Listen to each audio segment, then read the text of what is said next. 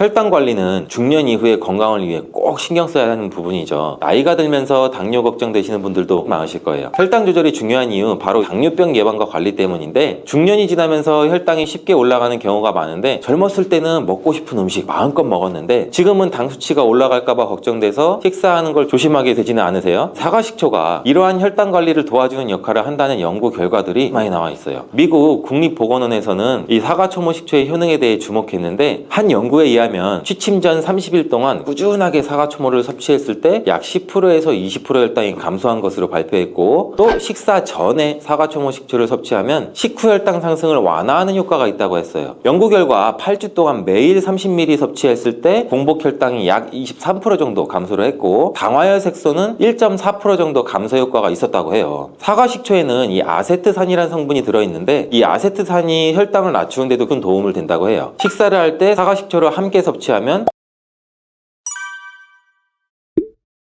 언제부턴가 TV나 유튜브에 식초가 몸에 좋다고 나오는 거 보신 적 많으실 거예요. 건강에 사과식초가 좋다고 에사비가 좋다고 하는데, 이 에사비라고 많이 나오죠. 에사비는 애플 사이더 비니거를 줄임말인데, 이 에사비는 사실 쉽게 말해 일반 사과식초보다는 몸에 조금 더 건강한 사과식초예요. 한국말로는 사과초모식초라고도 하는데, 사과초모식초가 건강에 좋은 식품으로 주목을 받고 있지만, 정확히 어떤 식초인지 일반 사과식초와는 무엇이 다른지 궁금하신 분들이 많으실 거예요. 왜 이렇게 이 사과초모 식초가 유행인지, 또 몸에 어떤 유익한 작용을 하는지 아주 쉽게 설명해 드릴게요. 이 사과초모 식초는 사과를 발효시켜 만든 식초인데, 보통 사과를 으깨서 효모와 함께 발효시키면 알코올이 생성돼요. 여기에 초산균을 더해주면 알코올이 초산으로 변하면서 우리가 아는 애플 사이더 비니거, 즉 사과초모 식초가 만들어지죠. 인위적이지 않은 자연 발효 과정을 거치기 때문에 유익한 성분들이 풍부하게 남아있다고 하는데요. 이 사과식초는 사실 아주 오랜 역사를 가지고 있어요. 고대 그리스 시대부터 건강을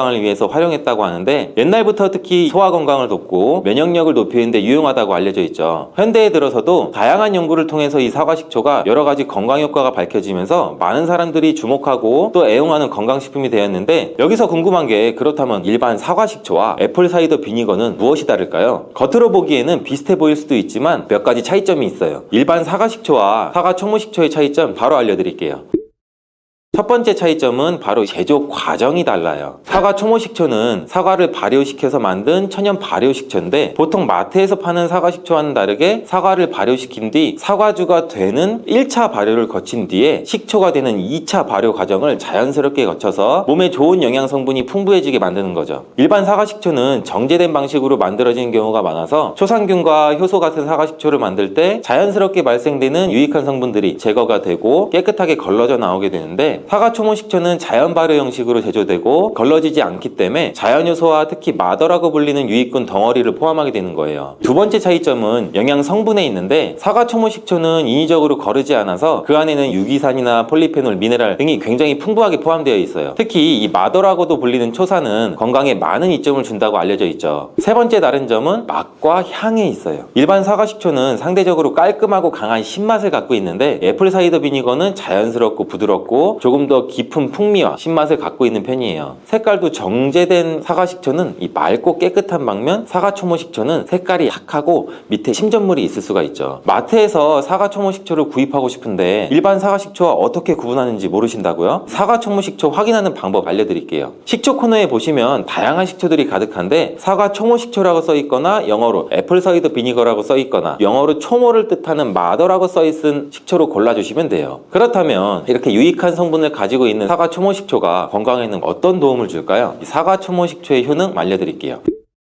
사과초모식초의 효능 첫 번째는 바로 혈당 조절에 도움을 줄 수 있어요. 혈당 관리는 중년 이후의 건강을 위해 꼭 신경 써야 하는 부분이죠. 나이가 들면서 당뇨 걱정되시는 분들도 많으실 거예요. 혈당 조절이 중요한 이유 바로 당뇨병 예방과 관리 때문인데, 중년이 지나면서 혈당이 쉽게 올라가는 경우가 많은데, 젊었을 때는 먹고 싶은 음식 마음껏 먹었는데 지금은 당 수치가 올라갈까 봐 걱정돼서 식사하는 걸 조심하게 되지는 않으세요? 사과식초가 이러한 혈당 관리를 도와주는 역할을 한다는 연구 결과들이 많이 나와 있어요. 미국 국립 국립보건원에서는 이 사과초모식초의 효능에 대해 주목했는데, 한 연구에 의하면 취침 전 30일 동안 꾸준하게 사과초모를 섭취했을 때 약 10%에서 20% 혈당이 감소한 것으로 발표했고, 또 식사 전에 사과초모식초를 섭취하면 식후 혈당 상승을 완화하는 효과가 있다고 했어요. 연구 결과 8주 동안 매일 30ml 섭취했을 때 공복 혈당이 약 23% 정도 감소를 했고, 당화혈 색소는 1.4% 정도 감소 효과가 있었다고 해요. 사과식초에는 이 아세트산이라는 성분이 들어있는데, 이 아세트산이 혈당을 낮추는 데도 큰 도움을 된다고 해요. 식사를 할 때 사과식초를 함께 섭취하면 음식물에서 당이 흡수되는 속도를 늦춰 혈당이 급격히 오르는 막아주는 역할도 하고, 음식이 소화되는 속도를 늦춰주고 탄수화물이 당으로 변하는 과정도 조절해주기 때문이에요. 특히 식후 혈당이 높아지는 것을 방지하는 데 효과적이라고 알려져 있는데, 사과초모식초는 인슐린 감수성을 높이는 데도 도움을 줄 수 있다고 해요. 인슐린 감수성이 높아진다는 것은 우리 몸이 인슐린은 더 효과적으로 사용할 수 있다는 의미인 거 아시죠? 이렇게 되면 혈당이 안정적으로 유지될 가능성이 커지는데, 이는 당뇨병 예방뿐만 아니라 혈당이 높아 고민이신 분들, 이미 당뇨를 앓고 계신 분들에게도 좋은 소식이 아닐까 싶어요. 두 번째로 알아볼 효능은 바로 심혈관 건강인데, 나이가 들면서 혈압이나 콜레스테롤 수치가 걱정이 되시는 분들도 많으시죠. 고혈압이나 고지혈증, 동맥경화와 같은 심혈관 질환은 중년 이후에 특히 조심해야 할 건강 문제인데, 사과초모식초는 이러한 심혈관 건강을 관리하는 데도 큰 역할을 한다고 해요. 사과초모식초가 혈압 조절에 도움이 된다는 연구 결과도 많이 나와 있는데, 사과초모식초에 들어있는 아세트산이 혈관을 확장시켜 혈압을 낮추는 데 도움을 줄 수 있다고 해요. 혈압이 높으면 심장에도 부담이 가고 혈관도 손상될 위험이 높아지는데, 이러한 문제를 완화하는 데 도움을 줄 수 있다고 하니 반가운 소식이죠. 또한 사과초모식초의 초산 성분이 콜레스테롤 수치를 개선하는 데도 도움을 준다고 하는데, 특히 LDL 콜레스테롤, 즉 나쁜 콜레스테롤 수치를 줄여주고 HDL 콜레스테롤, 즉 좋은 콜레스테롤을 높이는 데도 도움을 줄 수 있다고 해요. 나쁜 콜레스테롤이 많으면 혈관벽에 쌓여 동맥경화로 이어질 위험도 높고, 사과초모식초를 꾸준히 섭취하면 나쁜 콜레스테롤을 줄여줘 심혈관 질환의 위험도 줄이는 데 도움이 되죠. 사과초모식초는 또 강력한 항산화 작용을 하는 폴리페놀 성분도 풍부하게 함유하고 있는데, 이 성분들이 혈관을 건강하게 유지하는 데 매우 좋다니, 심혈관 건강이 걱정되시는 분들은 사과초모식초를 식단에 자연스럽게 포함해 보시는 거 어떠세요? 세 번째로 소개해드릴 효능은 바로 소화 개선이에요. 나이가 들수록 소화 기능이 예전 같지 않다고 느끼시는 분들도 많으시죠. 중년 이후에는 소화 기능이 예전 같지 않다는 것을 느끼시는 분들이 많을 텐데, 소화가 잘 안 되면 속이 더부룩하고 불편함을 느끼게 되죠. 사과초모식초가 이러한 문제를 완화하는 데 도움을 줄 수 있다고 해요. 사과초모식초에는 프로바이오틱스, 즉 유익균의 먹이가 되는 프리바이오틱스 성분이 포함되어 있어서 장내 환경을 개선하고 유해균 증식도 억제해주고 장내 환경을 건강하게 유지하는 데도 도움을 주죠. 유익균이 많아지면 장이 건강해지고 소화도 원활하게 이루어지게 될 뿐만 아니라 위산 분비를 또 촉진하는 데도 도움을 준다고 해요. 위산이 부족하면 음식물이 제대로 소화되지 않고 위장에 오래 머물러 속이 더부룩하거나 소화불량이 생길 수가 있는데, 사과초모식초가 이를 돕는 역할을 해주는 거죠. 특히 기름진 음식을 먹은 후 더부룩함을 느끼신다면 음료로 대신에 사과초모식초를 물에 희석해서 마시는 것도 좋은 방법이에요. 네 번째, 사과초모식초의 놀라운 효능은 바로 체중 조절에 도움을 준다는 거예요.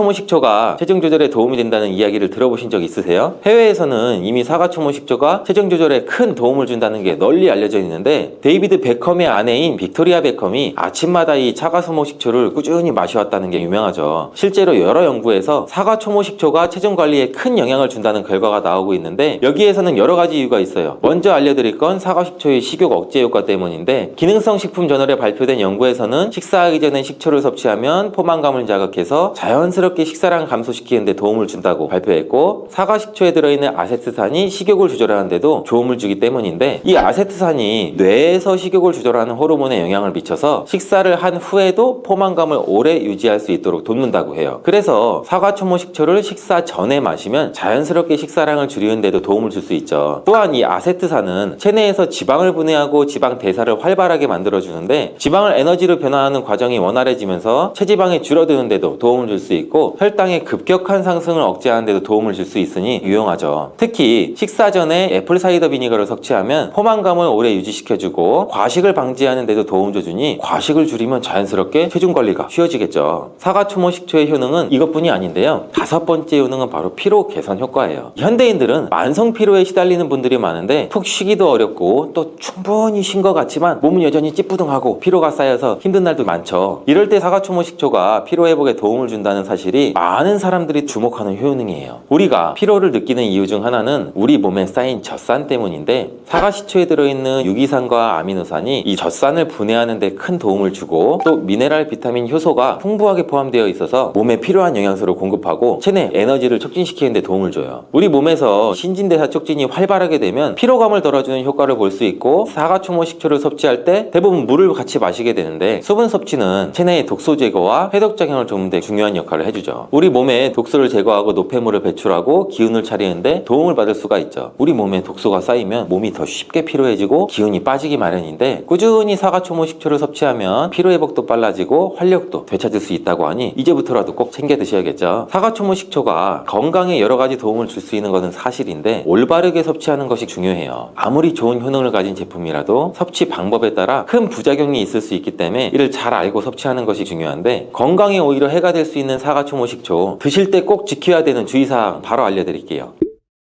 첫 번째, 사과초모 식초를 드실 때는 주의할 점은 바로 치아 부식이에요. 식초는 산성이 강한 제품인데, 이 강한 산성분이 치아에 안 좋은 영향을 줄 수 있다는 건 아시잖아요. 몸에 너무 좋다고 자주 섭취하거나 농도가 진한 애플사이더 비니거를 그대로 마시면 치아의 거표면층인 범랑질인 에나멜을 부식시킬 위험이 있어요. 건강하게 섭취하고 또 치아를 보호하려면 사과식초를 물에 희석해서 마시는 것이 좋아요. 사과식초의 권장량은 약 20ml에서 50ml 사이인데, 이게 약 티스푼으로 2~3스푼 정도 돼요. 물 한 컵에 티스푼으로 2~3스푼 넣어서 잘 섞어 드시면 되는데, 너무 과하게 농도가 진하면 안 된다는 거 꼭 기억해 주시고, 혹시 처음 드시는 분들이라면 양을 줄여서 티스푼으로 1스푼만 물에 섞어 드신 뒤 몸에 맞는지 확인하는 방법이 될 수가 있겠죠. 또 섭취 후에는 바로 물로 입안을 헹구거나 빨대를 사용해 마시거나 30분 정도는 이가 닿지 않도록 주의하는 것도 좋다는 것 알려드릴게요. 사과 소모 식초를 먹을 때 유의할 점 두 번째는 과도한 위산 분비예요. 사과 식초는 위장이 약하거나 위산이 과하게 분비되는 사람들한테는 속쓰림이나 위장 불편감을 일으킬 수가 있는데, 특히 위염이나 위장 질환이 있는 분들은 애플사이더 비니거를 섭취하기 전에 의사와 상담하시는 것이 좋죠. 사과 식초의 산성이 위산 분비를 촉진하고 위장에 자극을 줄 수 있기 때문인데, 소화가 잘 안 되시는 분들한테는 식초가 도움을 줄 수 있지만, 그 반대인 상황은 오히려 위에 부담을 주게 되죠. 이런 분들한테는 식전 섭취가 아닌 식후에 섭취하거나 식초를 물에 탈 때 많은 양의 물로 희석해서 마시는 방법, 그리고 소량씩 먼저 마셔보시고 본인한테 맞는지 확인한 후에 드시는 것을 추천드려요. 사과 식초는 그 자체로도 효능이 매우 뛰어나지만, 물이 아닌 다른 음료와 함께 섭취하면 맛도 챙기면서 더욱더 효과적으로 건강을 챙길 수 있다는 거 들어보셨나요? 이 사과 식초와 함께 드시면 더욱 좋은 음료를 소개해 드릴게요.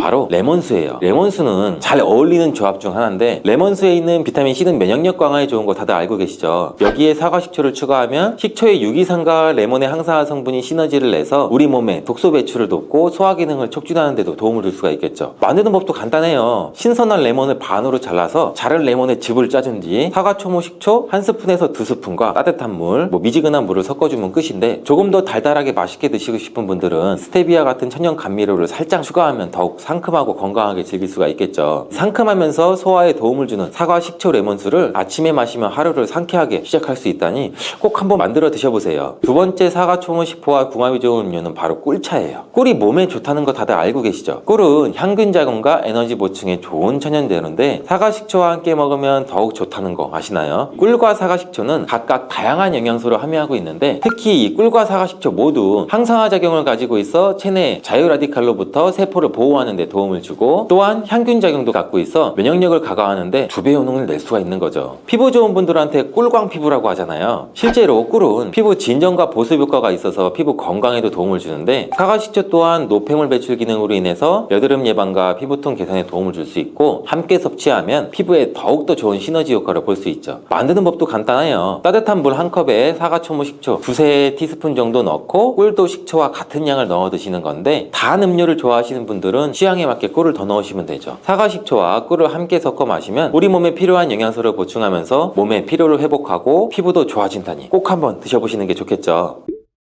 미국의 당뇨병협회 학술지에 따르면 매일 약 57g 정도의 피스타치오를 섭취한 당뇨 환자는 당 수치와 인슐린 감소에 도움이 된다고 발표했어요. 피스타치오는 특히 임신성 당뇨를 예방하는 데 탁월한 효과를 보여 임산부의 혈당 수치 조절에 굉장히 많은 도움을 주는 것으로 알려져 있어요. 다만 주의하실 것은 시중에 판매되는 피스타치오에는 소금간이 되어 있는지를 확인하셔서 소금이 들어있지 않은 제품으로 구매하시길 바래요. 네 번째로 당뇨에 좋은 간식은 과일이에요. 당뇨가 있으신 분들은 과당 때문에 대부분 과일을 먹으면 안 되는 것으로 알고 계신데 과일에 대한 오해 때문이에요. 과일의 당이 당뇨에 좋지 않다는 건 사실이지만 과일도 우리 잘만 드시면 오히려 당뇨에 좋은 수가 있어요. 다만 한 가지 조건은 정제된 당분을 섭취하지 않는 상황에서 천연당인 과일을 드셔야 된다는 거예요. 과일 중에서도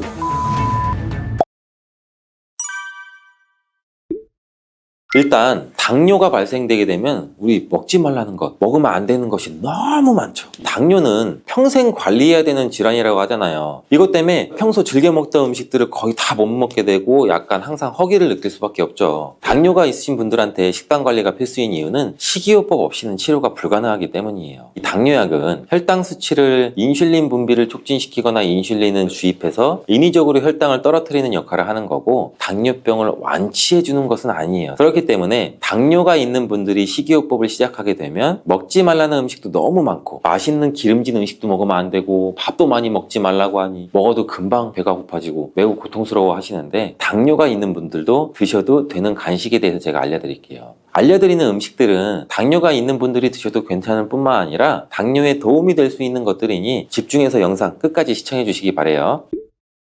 첫 번째는 바로 초콜릿이에요. 당뇨가 있는데 초콜릿이라니 깜짝 놀라셨죠? 정말 의외의 간식이 초콜릿인데요. 다만 아무 초콜릿이나 드시면 안 되고 다크 초콜릿을 드셔야 해요. 일반적인 초콜릿에는 카카오 말고도 당 성분이 많이 함유되어 있기 때문에 당뇨가 있는 분들은 드시면 안 되지만 90% 이상의 카카오로 만들어진 다크 초콜릿은 간식으로 소량씩 드셔도 괜찮아요. 당을 조절해야 되는 이유는 혈당이 올라가게 되면 우리 혈관 속에서 당이 산화돼서 여러 가지 합병증을 일으키기 때문인데, 그런데 다크 초콜릿의 카카오에는 폴리페놀 성분이 있어서 산화작용을 막아주는 역할을 하게 되는 거예요. 그래서 당뇨 환자들의 합병증을 예방하는데 도움을 줄 수 있는 간식이 될 수 있는 거죠. 카카오의 함량이 높아질수록 단맛은 줄어들고 카카오의 씁쓸한 맛은 강해지기 때문에 일반적으로 초콜릿에는 당 성분뿐 아니라 맛을 좋게 하기 위해서 여러 가지 들어가게 되죠. 초콜릿을 구매하실 때 성분표를 확인해서 카카오의 함량이 높은 것을 구매하시길 바래요. 두 번째로 당뇨에 좋은 간식은 바로 삶은 계란이에요. 당뇨가 있는 분들은 특히 단백질의 섭취는 굉장히 중요해요. 그 이유가 바로 근육 때문인데, 중년 이후에 나이가 되시면 근손실이 급격히 일어나게 되는데 근육이 많을수록 혈액 속의 당분 대사를 촉진을 할 수가 있어 혈당 수치를 낮추는 데 직접적으로 도움을 주게 돼요. 이 때문에 근육을 유지하는 것은 당뇨에 굉장히 중요한 부분이에요. 단백질의 섭취가 중요한 이유도 단백질의 대사를 하기 위해서는 더 많은 에너지가 필요해서 인슐린 분비를 자극하지 않고 진행되기 때문에 당뇨가 있는 분들뿐만 아니고 다이어트 하시는 분들한테도 도움이 돼요. 계란 한 개에는 약 6g 정도의 단백질이 함유되어 있고 탄수화물은 거의 없어서 혈당을 낮추는 데 도움이 되고 위에 머무르는 시간이 3시간 정도 되기 때문에 포만감이 오래 지속될 수 있어요. 국내 연구진의 연구 결과 하루 3개 이상의 계란을 섭취한 사람은 그렇지 않은 사람에 비해서 대사증후군에 걸릴 확률이 남자는 54%, 여자는 약 46% 정도 낮았다고 해요. 계란을 섭취하면 계란에 함유된 레시틴이란 성분과 여러 항산화 물질들이 우리 인슐린의 민감성을 개선하는 데 도움을 주기 때문에 당뇨에 도움이 되는 거예요. 계란은 기름에 조리한 후라이보다는 삶은 것을 드시는 것을 권장드리고요. 흰자만 먹는 것보다는 노른자와 함께 드시는 게 좋아요. 계란의 영양소는 흰자보다 노른자에 훨씬 더 많이 함유가 되어 있기 때문인데요. 소화가 잘 되지 않는 분들은 흰자는 충분히 익혀 드시고 노른자는 익히지 않고 드시는 것, 즉 반숙으로 드시는 게 소화가 잘 된다는 거 기억해 주시길 바라고요. 세 번째로 당뇨에 좋은 간식은 피스타치오예요. 미국의 당뇨병협회 학술지에 따르면 매일 약 57g 정도의 피스타치오를 섭취한 당뇨 환자는 당 수치와 인슐린 감소에 도움이 된다고 발표했어요. 피스타치오는 특히 임신성 당뇨를 예방하는 데 탁월한 효과를 보여 임산부의 혈당 수치 조절에 굉장히 많은 도움을 주는 것으로 알려져 있어요. 다만 주의하실 것은 시중에 판매되는 피스타치오에는 소금간이 되어 있는지를 확인하셔서 소금이 들어있지 않은 제품으로 구매하시길 바래요. 네 번째로 당뇨에 좋은 간식은 과일이에요. 당뇨가 있으신 분들은 과당 때문에 대부분 과일을 먹으면 안 되는 것으로 알고 계신데 과일에 대한 오해 때문이에요. 과일의 당이 당뇨에 좋지 않다는 건 사실이지만 과일도 우리 잘만 드시면 오히려 당뇨에 도움 줄 수가 있어요. 다만 한 가지 조건은 정제된 당분을 섭취하지 않는 상황에서 천연당인 과일을 드셔야 된다는 거예요. 과일 중에서도 블루베리가 특히 좋은데 블루베리의 보라색에는 안토시아닌이라는 성분이 풍부하게 함유가 되어 있어요. 이 안토시아닌이라는 성분은 우리 혈관에 있는 포도당을 근육에 저장시켜주고 간에서 포도당이 합성되는 것을 억제시켜줘서 혈당을 낮춰주는 작용을 해요. 미국의 당뇨병 협회는 블루베리를 당뇨병 슈퍼푸드라고 부르면서 블루베리를 꾸준히 섭취하면 인슐린 감수성을 향상시키고 혈당을 낮추는 데 도움이 된다고 발표도 했어요. 하루에 150g의 블루베리를 섭취한 실험군은 혈당 스파이크의 발생률이 낮아졌고 인슐린 수치 또한 낮아진 것으로 확인되었다고 발표했어요. 그리고 사과에는 팩틴이라는 식이섬유가 많이 함유가 되어 있는데 팩틴이라는 성분은 혈당을 낮춰주는 작용을 해서 천연 당뇨약이라고 불리기도 해요. 또한 사과는 껍질째 드시는 게 굉장히 좋은데 우리 몸에 좋은 영양 성분이 껍질에 거의 다 함유가 되어 있어요. 이 외에도 신맛을 나는 과일들이 당뇨에 탁월한 효능을 발휘한다고 해요. 신맛을 내는 과일에는 유기산이 풍부한데 유기산은 혈관 청소를 해주는 역할을 하게 돼요. 그리고 이 신맛 나는 과일에는 강력한 항산화제인 비타민 C, E, 셀레늄, 아연 등이 풍부해서 우리 몸 안의 염증을 치료해주고 산화된 혈관을 회복시켜주는 역할을 같이 해주기도 해요. 과일이 당뇨에 도움될 수 있지만 드시면 또 안 되는 것이 있어요. 그건 바로 말린 과일과 과일 주스예요. 말린 과일은 당도가 높고 많이 드시게 되면 혈당을 급격히 높일 가능성이 있어요. 그리고 과일 주스에도 식이섬유가 하나도 없고 당 성분이 첨가된 것들이 굉장히 많죠. 혈당 스파이크를 일으키는 주범이 될 수가 있겠죠. 과일을 드실 때는 가공된 과일이 아닌 천연 상태의 과일을 드시길 추천드리고, 5번째 당뇨에 좋은 간식은 바로 당근이에요. 당근이 당뇨에 좋지 않다고 간혹 잘못 알고 계시는 분들이 있는데, 당근에는 카로티노이드라는 성분이 굉장히 풍부해요. 이 성분이 강력한 항산화 물질인데 당뇨로 인한 혈관 합병증을 예방하는데 탁월한 효능을 발휘하는 성분이에요. 당근을 손가락만한 크기로 잘라서 보관하셨다가 공복에 허기가 생길 때 꺼내 드시면 허기도 사라지고 혈당 관리에도 좋고 당뇨나 합병증도 예방할 수 있으니 한번 씹어 드셔보시길 바래요. 함께 드시면 좋은 채소로는 오이, 샐러리, 파프리카 등등이 있습니다. 6번째로 당뇨에 좋은 간식은 볶은 콩이에요. 검은 콩의 껍질에는 강력한 항산화 성분인 안토시아닌이 풍부하게 함유가 되어 있고, 콩에는 단백질도 풍부하게 함유가 되어 있어 불포화 지방산도 들어있어요.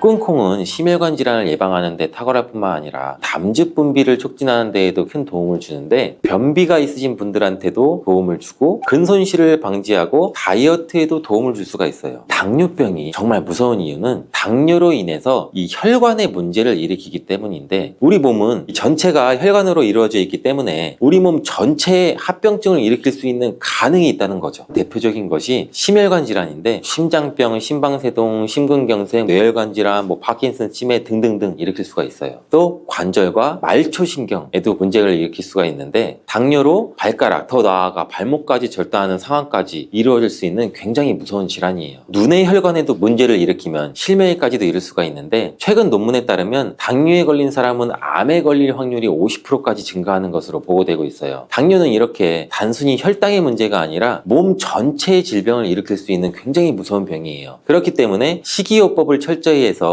당뇨를 예방하고 처방약을 드시는 분들은 식이요법과 병행해서 치료해야 되는 게 가장 좋은 방법이에요. 마늘에 열을 가하게 되면 마늘 색이 점점 짙어지면서 결국에는 까맣게 변하는 흑마늘이 되는데요. 그 이유는 마늘 속에 있는 당류와 단백질인 아미노산이 반응을 하여 갈색을 띠는 멜라노이드인 색소가 만들어지기 때문인데요. 이 반응을 마이야르 반응이라고 합니다. 고기를 구우면 빨간색의 고기가 점점 휘어지다가 갈색으로 변하는 반응과 같은 원리인 것이고요. 이렇게 흑마늘을 만들게 되면 생마늘보다 S알리시스테인 성분이 5배가 많아질 뿐만 아니라 새로운 항산화 물질들이 많이 만들어지게 됩니다. 또한 항암 효과가 뛰어난 폴리페놀이 생마늘에 비해서 4배 이상 많아지고 유액 분비를 촉진해 주어 소화도 잘 되게 하는 효능도 있기 때문에 잊지 말고 흑마늘을 만들어서 드셔보시기 바랍니다. 마늘은 요리할 때 많이 사용하는 재료인데요. 마늘을 얇게 썰어서 기름에 튀긴 마늘 튀김은 절대 드시면 안 됩니다. 기름에 마늘을 튀기면 마늘 향도 좋고 마늘의 매운맛은 없어지고 단맛이 좋아져서 남녀노소 좋아하는 식재료가 되기는 하는데요. 뜨거운 기름에 튀긴 마늘은 우리 몸에 좋은 항산화, 항암 물질들이 파괴가 되고 몸에 안 좋은 여러분, 마늘이 몸에 좋다는 사실은 너무나도 잘 알고 계시죠? 그런데 이것과 함께 먹으면 암과 치매에 걸린다니 깜짝 놀라셨나요? 아무리 몸에 좋은 마늘이지만 함께 먹으면 오히려 독이 되는 음식들도 있습니다. 그리고 마늘은 생마늘, 구운 마늘, 찐 마늘, 절인 마늘, 흑마늘 등 먹는 방법이 아주 다양하잖아요. 이렇게 먹는 방법에 따라서도 우리 몸에 주는 효능이 다르게 됩니다. 그리고 여기서 잠깐, 마늘 껍질은 대부분 먹지 않고 버리시죠. 마늘 껍질을 오늘부터는 절대 버리지 마시길 바랍니다. 마늘 껍질을 왜 먹어야 하는지, 그리고 또 어떻게 먹어야 하는지 알려드릴게요. 마늘과 절대 함께 드시면 안 되는 음식과 마늘과 함께 드시면 좋은 음식, 그리고 마늘과 마늘 껍질의 효능까지 마늘에 대한 모든 것을 알려드릴게요. 마늘은 우리나라 사람들이 좋아하는 식재료죠. 한국농촌경제연구원이 발표한 자료에 따르면 우리나라 1인당 1년 동안 마늘 소비량이 7kg 정도인데요. 놀라지 마세요. 세계 평균은 0.8kg이랍니다. 우리나라 사람들이 마늘을 많이 먹는다는 거죠. 마늘을 많이 먹는다는 건 그만큼 건강한 식단을 먹고 있을 가능성이 높다는 사실이지만 먹는 방법에 따라서 오히려 독이 될 수도 있습니다. 여기서 마늘과 함께 먹으면 절대 안 되는 음식 첫 번째는 바로 빵입니다. 마늘빵 아시죠? 마늘이 발라져 있어서 달콤 쌉싸름한 마늘 맛도 나고 향긋한 향도 좋아서 즐겨 먹게 되는데요. 마늘이 있어서 몸에도 좋은 빵이라고 착각하고 즐겨 드실 수 있죠. 마늘빵은 많이 드시면 안 됩니다. 왜냐하면 빵의 재료인 밀가루는 탄수화물이 주 성분인데요. 밀가루의 고탄수화물은 소화 과정에서 당으로 분해가 되고 혈당 지수를 급격히 올리게 되며 이때 인슐린의 분비가 과도하게 나오게 됩니다. 이런 현상이 반복되게 되면 체내 인슐린 저항성이 높아지고 췌장을 망가뜨려서 당뇨를 유발할 수가 있는 것이죠. 그리고 이 당은 몸에 흡수되면서 지방으로 변하게 되고 쉽게 살이 찌게 되어 비만을 야기할 수도 있습니다. 또한 밀가루로 빵을 만들면 글루텐이라는 단백질이 생성이 되는데 이 글루텐은 소화불량, 복통, 변비 등의 증상을 유발할 수가 있죠. 이뿐 아니라 글루텐이 몸에 들어오면 장에서 에소루핀이라는 성분이 만들어지는데 이 에소루핀은 중독성이 강해서 밀가루 중독을 일으켜 빵 같은 밀가루를 과다하게 섭취하게 만든다는 것입니다. 마늘이 아무리 좋은 성분으로 항암작용, 항염증 작용을 한다고 해도 마늘빵으로 드신다면 아무 소용이 없게 됩니다. 그럼 마늘은 어떻게 먹어야 마늘의 효능을 극대화할 수 있을까요? 마늘은 생으로 드실 때도 물론 좋지만 익혀서 드실 때 더욱 좋습니다. 몸에 보약이 되는 마늘 먹는 법을 알려드릴게요. 첫 번째는 마늘밥입니다. 국립농업과학원에 따르면 마늘의 S알릴시스테인 함량을 조리법에 따라서 조사한 결과 생마늘일 때 S알릴시스테인 함량이 2.77mg 정도가 되었고 삶기 시작한 후에 30분 정도 지나면 4.92mg이 되었으며 1시간이 지났을 때는 9.16mg으로 생마늘에 비해 무려 4배 이상 많아진다고 했습니다. 뿐만 아니라 121도의 온도에서 1시간 동안 마늘을 쪘을 때 S알릴시스테인 함량이 50.24mg으로 생마늘보다 18배 정도나 높다고 연구 결과를 발표했습니다. 따라서 마늘을 드실 때는 1시간 이상 끓여서 드시는 것이 좋겠죠. 이런 방법이 번거로우시다면 추천드리는 방법이 바로 마늘밥입니다. 밥을 할 때 마늘을 넣는 건데요. 1인분을 할 때 마늘을 한 3, 4알 정도씩 넣어서 밥을 하시면 됩니다. 현미가 있다면 현미를 넣은 마늘밥을 하시면 더욱 좋은데요. 현미 속에는 티아민이라는 성분이 있는데 마늘의 S알릴시스테인과 현미의 알리티아민 두 가지 성분을 모두 섭취하여 항암 효과뿐 아니라 피로회복, 근육통 완화에도 좋은 밥이 되는 것이죠. 그럼 마늘밥을 하기 위해 마늘을 까고 나면 껍질은 어떻게 하셨나요? 다 버리셨죠? 오늘부터는 절대 버리지 말기 바랍니다.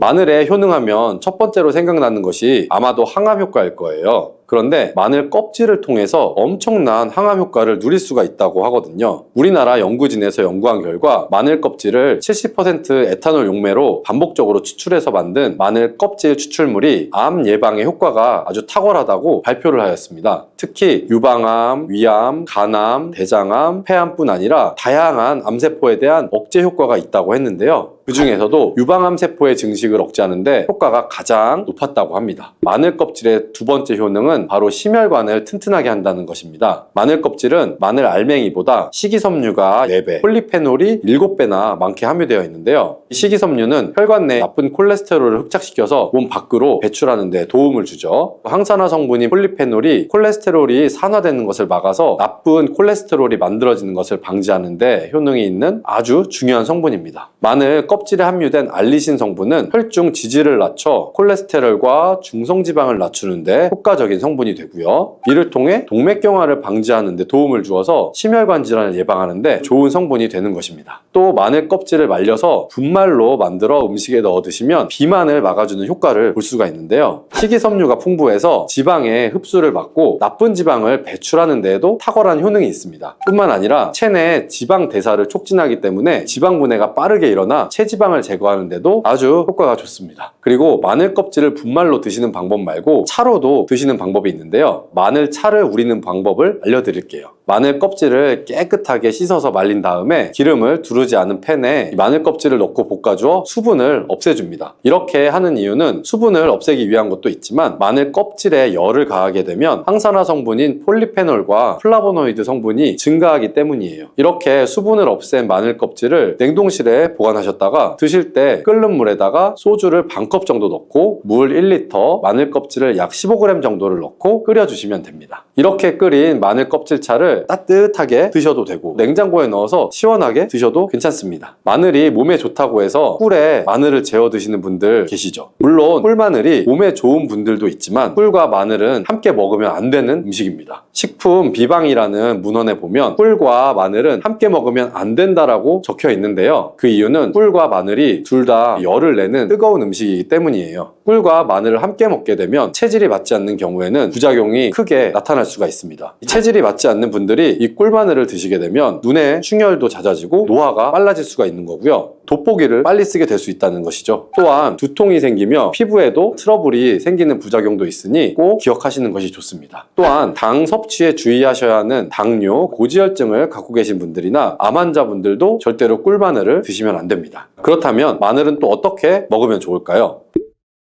바로 다양한 쌈 채소와 함께 드시는 것을 추천해 드리는데요. 마늘의 매운맛을 내는 알리신 성분이 혈관을 건강하게 해서 암을 예방하고 쌈 채소를 통해 다양한 비타민과 무기질을 섭취하며 풍부한 항산화 물질도 섭취해서 몸의 활성산소를 제거하고 혈관을 깨끗하게 해 노화를 방지하고 활력이 넘치는 건강한 몸이 될 수 있는 것이죠. 그런데 마늘을 반찬으로 만들어 드실 때 절대 드시면 안 되는 것이 있습니다. 그것은 바로 마늘 장아찌입니다. 아니, 마늘 장아찌가 왜? 라고 의문이 생기는 분들이 계실 텐데요. 모든 마늘 장아찌가 안 되는 것은 아니고요. 바로 설탕이 많이 들어간 마늘 장아찌는 만들어 드시면 안 됩니다. 시중에 판매되는 마늘 장아찌에는 설탕이 많이 들어가 있을 가능성이 높기 때문에 가급적이면 사드시지 않는 것이 좋고요. 몸에 좋은 마늘도 설탕과 함께 먹으면 오히려 독이 될 수 있기 때문인데요. 설탕이 많이 함유된 마늘 장아찌를 드시게 되면 혈당이 급격하게 오르고 인슐린 저항성이 높아져서 혈액 속에 중성지방이 많아져 혈액을 끈적하게 만들게 되겠죠. 또한 설탕을 많이 섭취하게 되면 뇌에서 기억력을 담당하는 해마의 크기를 줄어들게 합니다. 나중에 기억력이 떨어지고 나아가 치매를 일으키는 것과도 연관이 될 수가 있죠. 집에서 마늘 장아찌를 담가 드실 때에는 설탕을 넣지 마시고 건강한 식재료를 사용하시는 것이 좋겠죠. 마늘을 건강하게 드실 수 있는 또 다른 방법은 흑마늘을 추천해 드립니다. 마늘에 열을 가하게 되면 마늘 색이 점점 짙어지면서 결국에는 까맣게 변하는 흑마늘이 되는데요. 그 이유는 마늘 속에 있는 당류와 단백질인 아미노산이 반응을 하여 갈색을 띠는 멜라노이드인 색소가 만들어지기 때문인데요. 이 반응을 마이야르 반응이라고 합니다. 고기를 구우면 빨간색의 고기가 점점 휘어지다가 갈색으로 변하는 반응과 같은 원리인 것이고요. 이렇게 흑마늘을 만들게 되면 생마늘보다 S알리시스테인 성분이 5배가 많아질 뿐만 아니라 새로운 항산화 물질들이 많이 만들어지게 됩니다. 또한 항암 효과가 뛰어난 폴리페놀이 생마늘에 비해서 4배 이상 많아지고 유액 분비를 촉진해 주어 소화도 잘 되게 하는 효능도 있기 때문에 잊지 말고 흑마늘을 만들어서 드셔보시기 바랍니다. 마늘은 요리할 때 많이 사용하는 재료인데요. 마늘을 얇게 썰어서 기름에 튀긴 마늘 튀김은 절대 드시면 안 됩니다. 기름에 마늘을 튀기면 마늘 향도 좋고 마늘의 매운맛은 없어지고 단맛이 좋아져서 남녀노소 좋아하는 식재료가 되기는 하는데요. 뜨거운 기름에 튀긴 마늘은 우리 몸에 좋은 항산화, 항암 물질들이 파괴가 되고 몸에 안 좋은 탄수화물만 남는 음식이 되게 됩니다. 마늘을 튀길 때 사용하는 기름은 오메가6 지방산이 많은 식용유를 사용하게 되는데요. 이런 기름을 많이 먹게 되면 몸 안에 지방산 불균형이 일어나기 때문에 염증 수치가 높아질 수가 있습니다. 또한 튀긴 마늘을 섭취하게 되면 당독소 또한 높아져서 결국 우리 몸에 인슐린 저항성이 높아지는 악영향을 주는 것이죠. 만약에 기름에 튀긴 마늘을 드시고 싶다면 한 가지 방법이 있는데요. 그것은 올리브유를 사용하시고 불을 오래 가열하지 말고 살짝만 가열하여 마늘도 튀기듯이 오래 하지 말고 살짝 익혀서 드시면 향도 좋고 몸에도 좋은 마늘을 드실 수가 있습니다. 올리브유를 이용한 마늘을 드시는 방법을 하나 더 알려드릴게요. 그것은 올리브유에 마늘을 재워서 먹는 방법인데요. 먼저 마늘을 끓는 물에 넣어서 5분 정도 데쳐주시면 되고요. 소독된 병에 마늘을 담고 여기에 올리브유를 가득 담아줍니다. 이때 통후추를 조금 넣어주시면 풍미를 더욱 높일 수가 있고요. 올리브유와 마늘이 만나서 항산화 성분, 황화물질이 극대화가 돼서 혈관을 튼튼히 하고 혈전 생성을 막고 혈류를 원활하게 해줘서 치매를 예방하는 효과도 생기고요. 심장마비나 뇌졸중까지 예방할 수 있는 보약이 되는 것입니다. 이렇게 만든 마늘 올리브유 절임은 반찬으로 드셔도 좋고 또 생선 요리를 할 때 이 마늘을 깨서 생선에 발라주면 생선 비린내도 잡아줄 뿐 아니라 마늘과 올리브유의 풍미가 더해져서 더욱 맛있는 요리가 될 수 있으니 참고하시면 좋겠습니다. 이렇게 좋은 마늘도 드실 때 주의하셔야 할 분들이 있는데요. 마늘의 효능 중에 혈전을 제거하고 혈류를 원활하게 하는 효능이 있었잖아요. 이런 효능은 혈액을 묽게 만들어주기 때문인데요. 이미 와파린이나 아스피린 같은 혈전 용해제를 복용하시는 분들이 마늘을 많이 드시게 되면 상처가 나거나 했을 때 피가 잘 멈추지 않을 수가 있기 때문에 주의하시는 것이 좋고요. 또한 평소에 위염이나 위궤양이 있어서 위가 안 좋으신 분들도 마늘의 알리신 성분이 위 점막을 자극해서 증상이 악화될 수 있기 때문에 주의하시는 것이 좋습니다. 그리고 과민성 대장 증후군이 있는 분들도 마늘을 많이 드시게 되면 복통이 일어날 수가 있기 때문에 마늘을 조금만 드시길 바랍니다. 먹으면 안 되는 기름은 바로 카놀라유입니다. 카놀라유는 유채꽃 씨에서 기름을 추출한 것인데요. 콩기름보다 좋을 것 같다는 인식이 많이 있는 것 같습니다. 카놀라유는 포화지방산이 10에서 20% 함유되어 있고 불포화지방산이 80에서 90%로 함량이 매우 높아서 좋은 기름인 것 같습니다. 발연점도 250도 정도로 높아서 튀김 요리에도 적합한 기름이고요. 하지만 문제는 오메가3와 오메가9의 함량보다 오메가6의 함량이 2배 이상 함유되어 있다는 것이죠. 또한 산패도 쉽게 된다는 것인데요. 발연점이 높지만 산패가 쉽기 때문에 가열을 하지 않더라도 변질이 쉽게 될 수가 있어서 우리 몸에 독이 되는 트랜스 지방이 많이 생성될 수가 있습니다. 카놀라유의 생산지는 대부분이 캐나다인데요. 캐나다에서 생산하는 카놀라유의 원재료인 유채꽃 씨는 대부분이 GMO 유전 변이 씨앗이 많습니다. 이는 유채꽃 씨에 있는 독성을 제거하기 위해서 유전자 변이를 한 것이기 때문에 유전자 변이를 하지 않고 카놀라유를 만드는 것은 없다고 보시면 됩니다. 뿐만 아니라 우리가 요리를 할 때 식용유를 많이 사용하죠. 그런데 아무거나 사용하시면 안 됩니다. 기름을 잘못 사용하면 우리 몸에 만성 염증이 생기게 되고 여러 질병과 암을 유발할 수 있기 때문인데요. 오늘 영상을 통해 기름을 고르는 기준과 건강을 해치는 기름은 어떤 것이 있는지, 건강에 좋은 기름은 어떤 것이 있는지 모두 알려드리겠습니다. 요리에 사용하는 기름은 어떤 원료를 사용하느냐, 어떤 방식으로 기름을 짜냈느냐에 따라서 영양소가 확연히 달라지게 됩니다. 기름은 팬에 음식이 눌러붙지 않게 하는 기능도 있지만 음식으로 섭취하게 되는 것이니 꼼꼼하게 체크하고 선택하셔야 하는데요. 그럼 식용유를 고르실 때 무엇을 고려해야 하는지 알려드릴게요.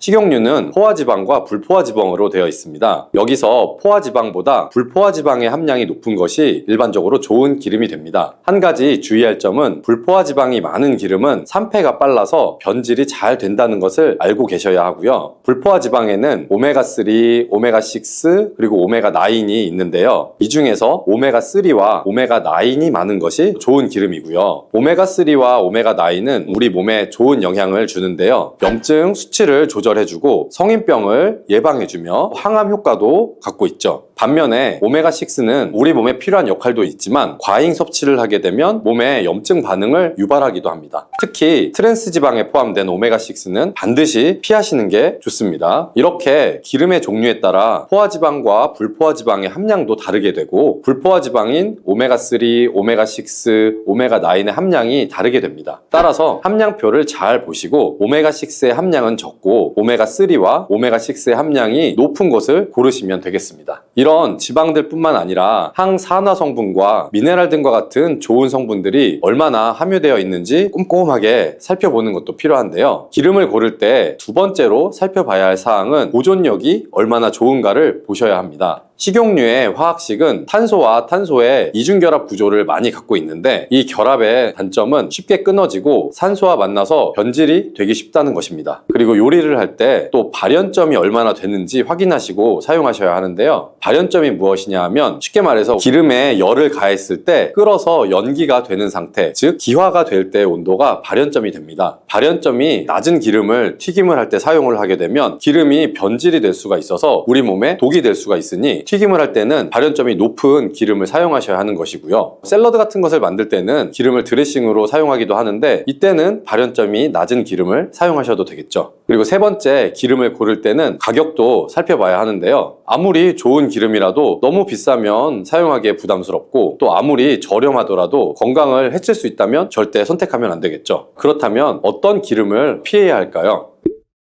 첫 번째는 바로 콩기름입니다. 가장 흔하게 많이 사용하는 기름 중에 하나가 콩기름인데 먹으면 안 된다고 하니 깜짝 놀라셨나요? 콩기름의 장점은 가격이 저렴하다는 것이고요. 그리고 변질이 잘 안 돼서 오래 보관할 수 있다는 것입니다. 그리고 발연점이 약 230도 정도로 높아서 튀김 요리에 사용하기에도 적합한 기름이긴 합니다. 이렇게 보면 좋은 기름인 것 같은데 콩기름은 오메가6의 함량이 높은 기름입니다. 많이 섭취하게 되면 만성 염증을 발생시키고 암 유발과도 연관이 될 수가 있겠죠. 맛은 좋을 수 있겠지만 건강엔 정말 좋지 않은 기름이 되는 것이고요. 또 콩기름은 핵산 유기용매에 녹여서 기름을 추출하게 되는데 이 유기용매가 콩기름에 섞여 들어가게 되고 기름을 추출할 때 사용하는 콩도 GMO 유전자 조작을 한 콩을 사용하는 경우가 많습니다. GMO 식품이 우리 몸에 어떤 영향을 주는 것인가에 대해서는 의견이 분분하지만 안전성이 확실하지 않은 식품은 웬만하면 먹지 않는 것이 좋겠죠. 또한 핵산 유기용매에 녹여서 기름을 짜냈기 때문에 우리 몸에 좋은 성분들이 많지 않다는 것도 아쉬운 점이고요. 비타민 E와 비타민 K가 소량 함유되어 있고 항산화 성분 같은 것은 거의 들어있지 않습니다. 가격이 저렴하고 보관을 오래 할 수 있다는 장점 말고는 좋은 점이 거의 없다고 보시면 됩니다. 두 번째로 먹으면 안 되는 기름은 바로 카놀라유입니다. 카놀라유는 유채꽃씨에서 기름을 추출한 것인데요. 콩기름보다 좋을 것 같다는 인식이 많이 있는 것 같습니다. 카놀라유는 포화지방산이 10에서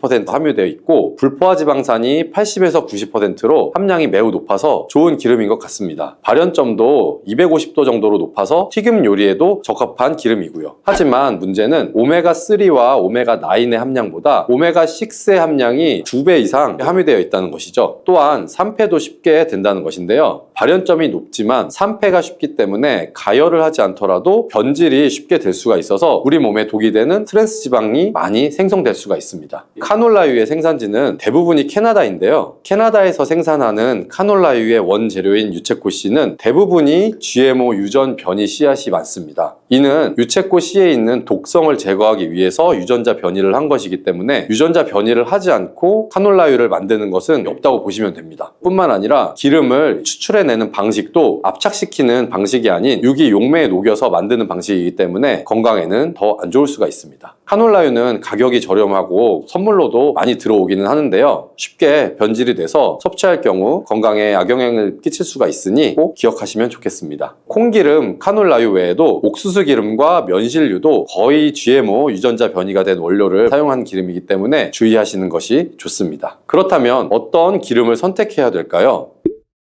건강에 정말 좋은 기름 첫 번째는 바로 올리브유입니다. 올리브 나무가 풍부하여 올리브 열매와 기름까지 식단에 정말 많이 사용하는 지역이 바로 지중해죠. 지중해식 식단은 건강식으로도 많이 알려져 있죠. 그 식단의 핵심 재료 중에 하나가 바로 이 올리브유가 됩니다. 올리브유는 서양에서 가장 좋아하고 많이 사용하는 기름이기 때문에 연구도 많이 되어 있고 영양 성분도 훌륭하게 들어있는 기름이고요. 기본적으로 포화지방의 함량은 낮고 불포화지방산의 함량이 높습니다. 불포화지방산 중에서도 오메가3와 오메가9의 함량이 높아서 건강에 이점이 있고요. 또한 페놀산과 토코페롤과 같은 항산화 성분도 풍부해서 우리 몸의 혈관을 깨끗하게 해주고 활성산소를 제거해서 노화를 방지하며 심혈관 질환을 예방하는 데 효과가 있습니다. 특히 풍부하게 함유된 하이드록시티로솔이라는 성분은 항염증, 항산화, 항암 효과까지 탁월한 효능이 있는 것으로 알려져 있죠. 또한 올레유로핀이라는 성분이 함유되어 있는데 이 성분은 항바이러스, 항균 작용으로 면역력을 강화시켜서 우리 몸을 건강하게 하는데 큰 도움을 줄 수가 있습니다. 다양한 임상실험 결과 올리브유는 심혈관 질환을 예방하고 뇌 건강을 좋게 해주며 우울증을 개선하고 염증도 제거해 줄 수 있고요. 또 또 면역력을 강화하는 것으로 알려져 있습니다. 올리브유는 크게 세 가지 등급으로 나눠지는데 가장 높은 엑스트라 버진 등급은 발연점이 약 160도로 낮기 때문에 샐러드 같은 것에 드레싱 용도로 사용하시면 좋고요. 버진 등급은 210도, 퓨어 등급은 240도로 높기 때문에 열을 가해서 조리를 할 때 사용하셔도 됩니다. 이렇게 등급이 나눠지는 이유는 정제를 얼마나 했느냐의 차이인데요. 정제를 많이 할수록 발연점이 높아지게 되고요. 대신에 올리브의 좋은 성분들은 그만큼 줄어든다는 것을 알고 계시기 바랍니다. 그리고 올리브유는 보존력이 뛰어나서 쉽게 산패가 되지 않습니다. 보관에도 용이한 장점이 있죠.